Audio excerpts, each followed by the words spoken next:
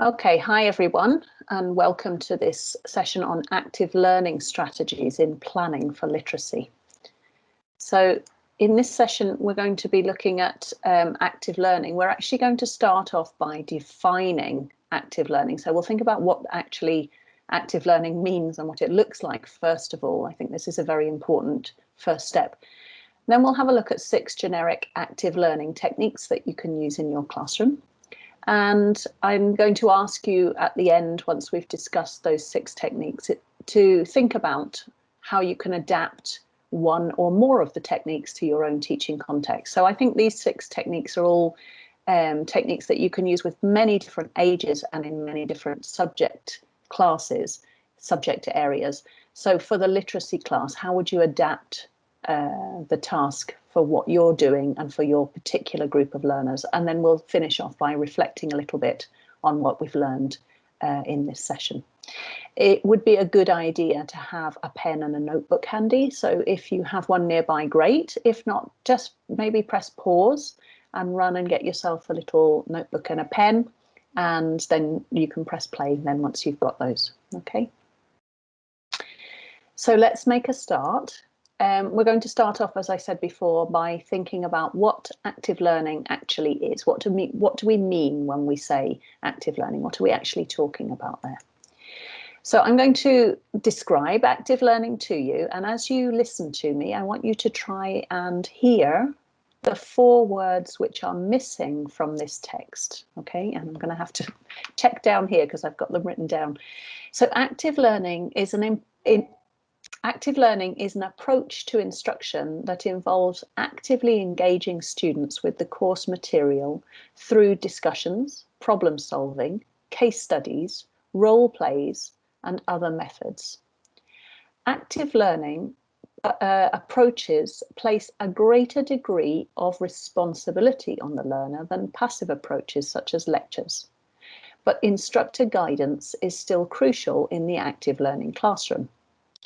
Active learning activities may range in length from a couple of minutes to whole class sessions, or may take place over multiple class sessions. Okay, so I hope that you heard the 4 words which were missing there. Let's check your answers. So active learning is an approach. Active learning involves things like discussions as well as problem solving, case studies, role plays, and so on. Active learning is great because there's a lot of responsibility on the learner for their own learning. Okay, it transfers some of the responsibility for learning from the teacher to the learner, which helps create lifelong learners and helps develop the skill of learning to learn. And active learning can be just one activity. It could be a class, or it could be a sequence of classes. Okay, there's no specific length. It could be as long or as short as you want it to be. So now we know what active learning is. Let's have a little bit of a look in more detail at what that actually means. Why is it such a good idea to include active learning in your lessons? So here on the left-hand side, we can see that active learning activities help promote higher order thinking skills, such as application of knowledge, analysis, and synthesis. And this is always a positive thing in the classroom. As teachers, we tend to spend a lot of time working on knowledge and understanding and not really developing the higher order thinking skills as much. So active learning is a great way to make sure that you actually include some of that higher order thinking into your classroom. And active learning activities engage students in deep rather than surface learning and enable them to apply and transfer knowledge better. When students are engaged in deep learning, it means that they learn it much better and that they retain their learning for longer. They're able to remember it for a longer time. So it's a positive in both ways, that we're developing critical thinking skills, which are very important for the world and for whatever they find themselves doing after their education is complete. But you're also embedding deep learning into the learning process. It's not just superficial memorization of facts. They're actually involved in a different way, on a deeper level, cognitively, with what they're learning about. Okay, so it's positive, I think there. Active learning techniques also can get student attention and increase motivation. So if you're finding that you've got a class that find it very difficult to pay attention or are not very motivated, if you start to introduce some active learning techniques in your lessons, you'll find that motivation increases and that their attention is more on the topic than it perhaps would be if you weren't using active learning. It also helps you to assess their prior knowledge. So you are finding out what they already know. They bring what they know about a context. If you're working with a literary context in a book, for example, they can bring their world knowledge into the classroom and use that to help them learn more. Active learning techniques also promote problem solving and application, as we saw before, and deepen student understanding. And they assess whether students have understood the material. So not only can we use it to check what they already know about a topic, but we can also use active learning to check their understanding of the topics and the themes and the content that we want to teach them through the book. Active learning techniques also help the students review materials for an exam because they learn them deeper, they remember them better, and they help to prepare students for a major assignment. So if you've got some kind of written assignment that you want them to do, using active learning techniques is a very good way to prepare for that, because it really helps them to get to grips with the topics in a different way.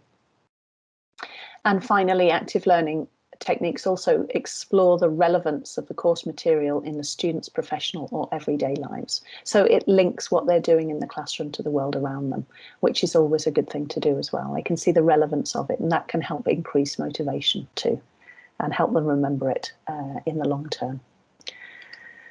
So now we're going to move on to talk about 6 active learning techniques, and I'm going to describe each one in detail so that you could see how they work in class. And then remember, afterwards I'm going to ask you to reflect on those techniques and maybe decide which one or ones you would like to use yourselves, and then we'll reflect on the whole session afterwards. So the 6 techniques that we're going to talk about today, and you may have heard of some of these before, some of them hopefully will be new to you as well. The first one we're going to think about is Think, Pair, Share, which is a very popular one. It's very simple, very easy to use, but in my opinion, very, very effective. And we'll find out more about that in a couple of minutes. The next one we'll look at is called Line Up. And then we're going to talk about Post-it Parade, which is another of my favorite ones. And then we're going to talk about Bouncing Answers. And then we're going to talk about Quescussion. And finally, we'll look at 1-minute papers and exit tickets. Now I've put, that's really 2, but they're very similar. So I've put them in the same category there, and I'll explain how each of those 2 work in a few minutes. So we're going to start off with Think, Pair, Share.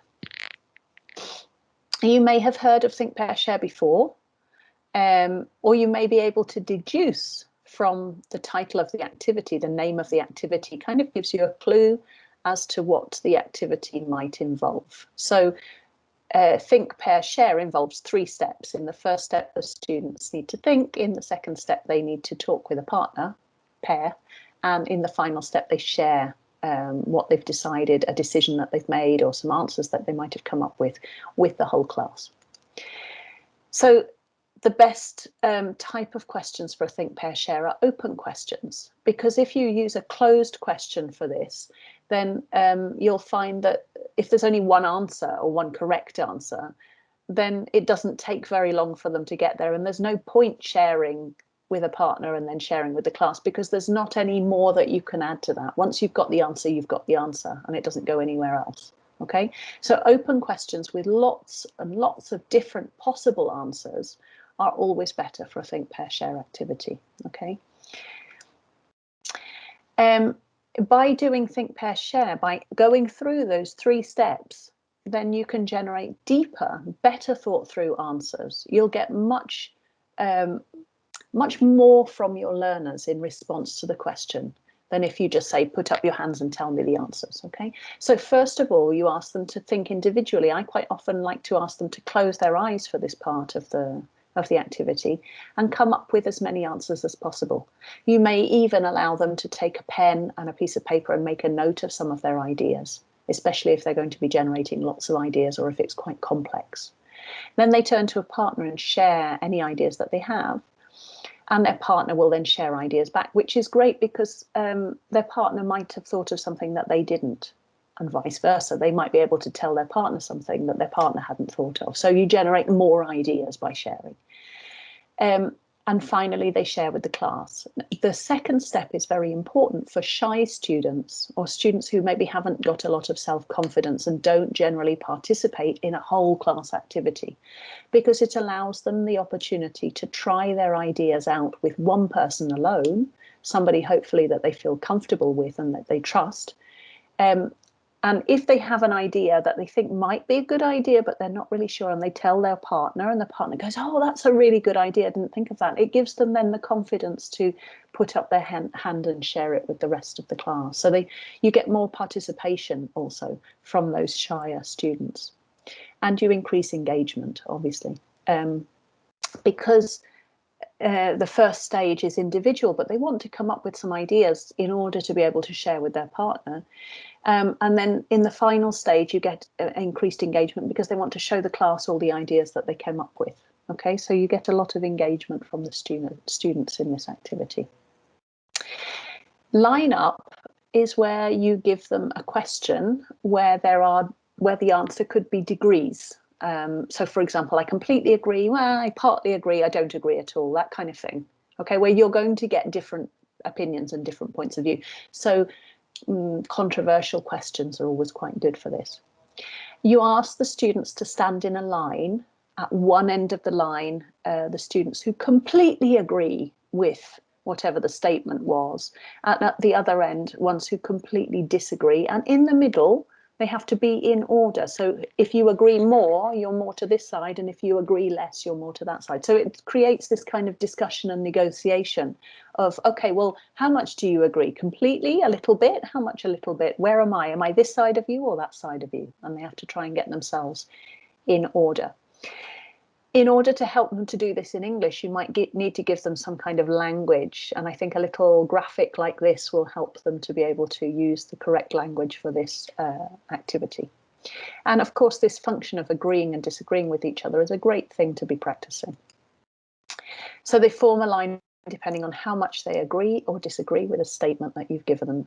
Generally, controversial statements will work much better for that activity.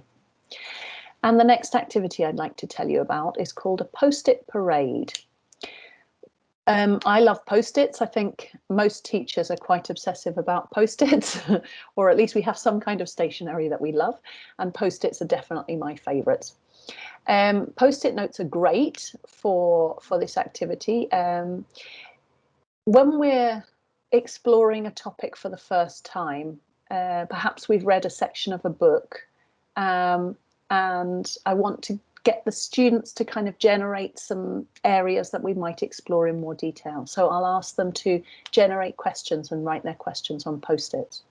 They should try to generate at least one question each, or maybe if it's difficult for them to do that, then perhaps you could have them working in pairs to generate a question between two. But as they get better at it, you might find that they generate more than one question per student, which is great. You should allocate a wall of your classroom for this, somewhere in the classroom where you can put all these Post-it notes up, maybe the back of the door or maybe a window or somewhere where you can stick them. And if you've got Post-it notes that maybe after a certain amount of time they lose their stickiness, maybe even use a little bit of sellotape or blue tack to make sure that they don't fall down, because you want them up on the wall for a long period of time. So what you create then is a question wall. And then as you work through your sequence of tasks or activities, you can regularly revisit your question wall and get the students to read out some of the questions. You can discuss them together in the class. If you decide as a class that you can answer any of the questions, then you move the Post-it note from the question wall to the resolved question wall, or to another area, basically, to signify that this one now we've answered. And that creates a very powerful visual tool almost to show the learners just how much they're learning. So if we started off with 25 questions on the wall, and by the end of the sequence or the end of the topic, we've actually got 15 questions that we've managed to answer now, and there's only a few questions left on the question wall. They could actually see how they're progressing, how they're learning more things, and how they're now able to answer questions that they weren't able to answer before. So this is a very, very powerful activity, I find. So what you need to try and make sure that you do is visit the question wall regularly. Maybe it could be part of your classroom routine. The last 5 minutes of every lesson, you go back to the question wall and say, can we answer any of these questions? Or you ask the students, if you have someone who's a fast finisher, who finishes an activity before everybody else and has nothing to do while they wait, you can say, go and have a look at the question wall, choose a question you think you might be able to answer. And then when you've checked the activity and you're ready to move on, you can just quickly say, oh, Maria, can you read out the question and tell us what you think? And bring it into the lesson like that. You need to avoid giving your own answers. The idea is that the students answer the questions themselves, and answers may change. So especially if they're opinion answers, especially about characters, what you think might happen next, those kinds of things. As you read through the book that you're working on, you might be able to answer those questions, and it wasn't the same answer that you had before, or you might be able to answer a different question. Oh, this happened that we weren't expecting. What do we think will happen next now? So it's really worth making time, making it part of the routine to revisit your post-it parade. This is another absolute favourite of mine. This is for when you're giving feedback to an activity. Perhaps you've asked, an open question or a think, pair, share. Excuse me. And you want to get some feedback from groups or pairs of students. So in a think, pair, share, the third step of the think, pair, share is where you ask the learners to tell the class what they were thinking of. And one way that you can do that is like this. So you would say the first group to answer can only give one answer to the question. Remember, with think, pair, share, we said that you need open questions that generate lots of different possible answers. So the first group can only say one thing for their answer. The second group has to say the first answer, repeat it, and then add their own answer afterwards. The third group have to repeat the first answer and the second answer, and then they can add their own answer afterwards. And the fourth group have to repeat the first, the second, and the third before they can give their own answer. Okay, and you build it up. Obviously, you don't stop after 3 groups. You stop when there are no more answers to give. You could do it without doing think, pair, share. You could do it in groups and have them brainstorm answers if you prefer. This is a wonderful activity for various reasons. First of all, it forces them to listen to each other's answers much more closely than in a normal feedback. They put up their hands, they say the answers. Often you'll have another group saying the same answer that this group just said, because they weren't listening properly. So they have to listen carefully. They can't repeat the same answer, but they also have to remember it and say it again. And spontaneously, without saying anything, your learners will start to take notes as other groups give answers. They'll be writing them down. So this is a good learner training activity, because it encourages them to take notes and teaches them the value of taking notes. And it forces them to listen. It teaches them that taking notes is a good thing to do. But also it's a collaborative task in a way, because the objective is for the whole class to come up with as many different ideas as possible. So once you get towards the end, when the last few groups are giving their answers, it's very hard for them to remember everything that was said, especially if they didn't take notes. And so the other groups will be helping and calling things out. No, they said this, and when we said that, and it's a collaborative thing. They do help each other to try and remember everything. And finally, it's great because, sometimes when you ask a difficult question, especially with a shy group of students, nobody wants to put up their hand and answer, or you get the same 2 or 3 always answering the questions and nobody else gives any answers. In this one, the first of all, everybody has to participate, but also they all want to be the first group to answer. So they'll all be right from the beginning raising their hands and going, us, pick us, because they want to be the first group. They don't have to remember what the other groups have said if they're the first group. So it encourages them to participate early on and get in there quickly. Okay, so it's a really good activity in that sense. They want to participate. which is great. The next one on my list of activities was Questcussion. And let's just have a quick, you might be able to guess from the title what this is. So you start off with a question again and you write it on the board. But the only answers that you will accept are questions. So they answer the question by asking another question. So you could say, what do you think will happen next? Well, what happened before? Well, how do you think they might feel? And they can develop a discussion by asking questions.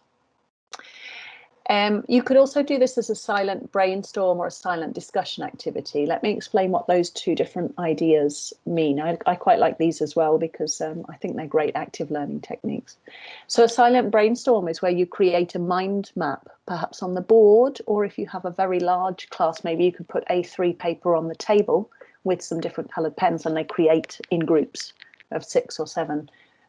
They create a mind map on their table. The idea is to have large groups for this, though, not pairs or threes. Or the whole class works together and we do it on the board.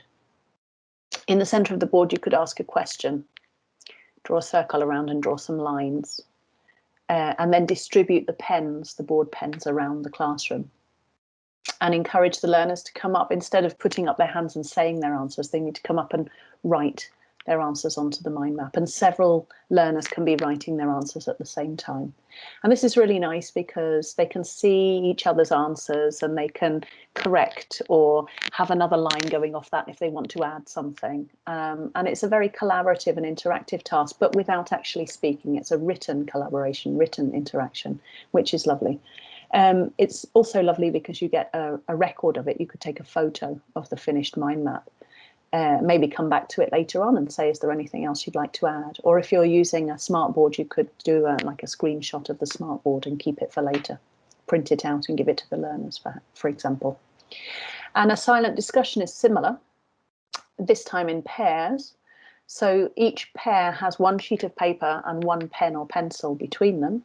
And you ask a question and they have to discuss their answers to the question. Again, open questions work better for this, by writing their answers down. So it's almost like a text message chat. So the first learner will write something and pass the paper to their partner, who reads what they've written and writes a response. It could be a question or it could be a comment or, I don't know, what do you think? And they pass it back. So it's quite an informal written discussion. It's not like writing an essay or writing a report. They get to practice informal language.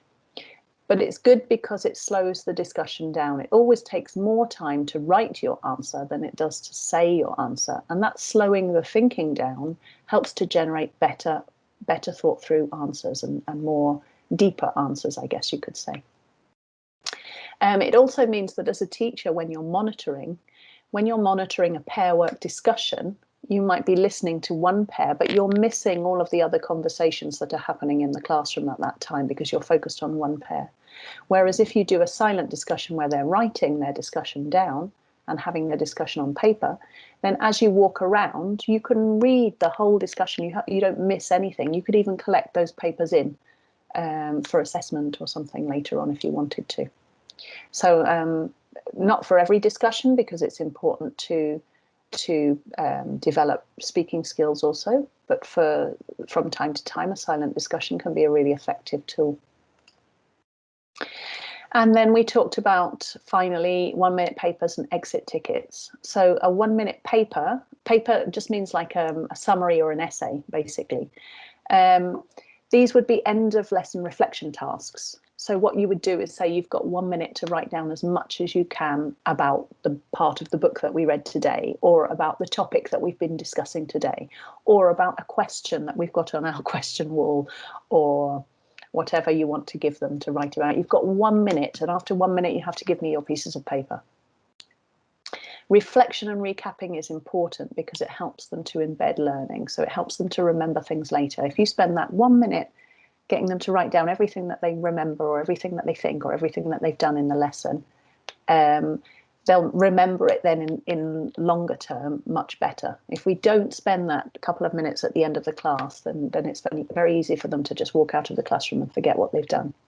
It also makes the students aware of their own learning and helps them to take responsibility for it, because you're saying to them, what did you learn today?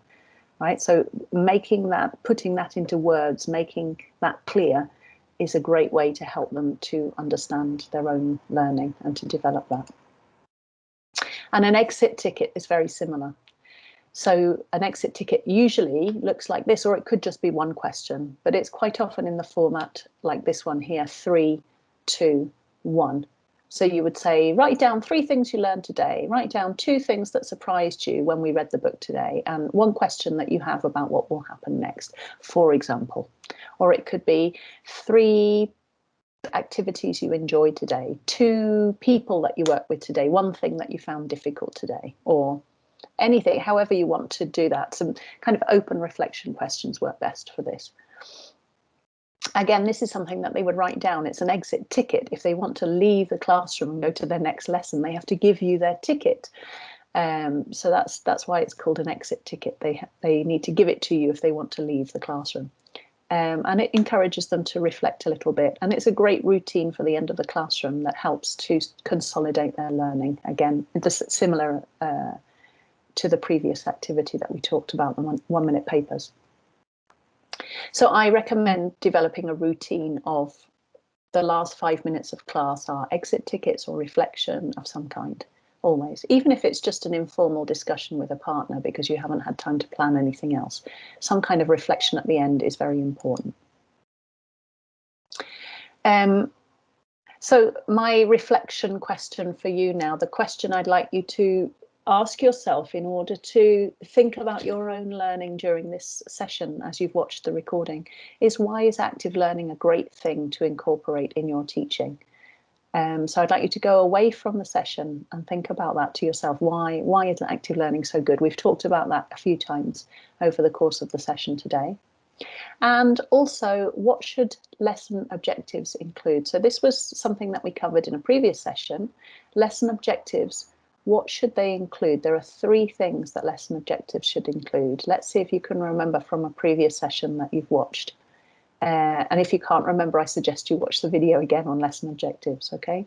So lesson objectives, the first thing that we prepare, and then when we're preparing a sequence of tasks, we need to think about, okay, how can I incorporate active learning into my task sequence to make sure my learners are motivated and engaged and are learning deeply the things that we want them to learn. So now we're going to move on to applying what you've learned. And again, these are reflection questions for you to take away from the recording. So we had a look at 6 active learning strategies today, 6 things that you can use in the classroom, with some like ideas for how to adapt them a little bit as well with the silent brainstorm and silent discussion. Have you ever used any of them before? I think pair share, for example, is a very common one. Have you used it before? How did you use it? Was it the same as how I explained, or was your way of using it slightly different? Which ideas would you include in your literacy lessons that you plan?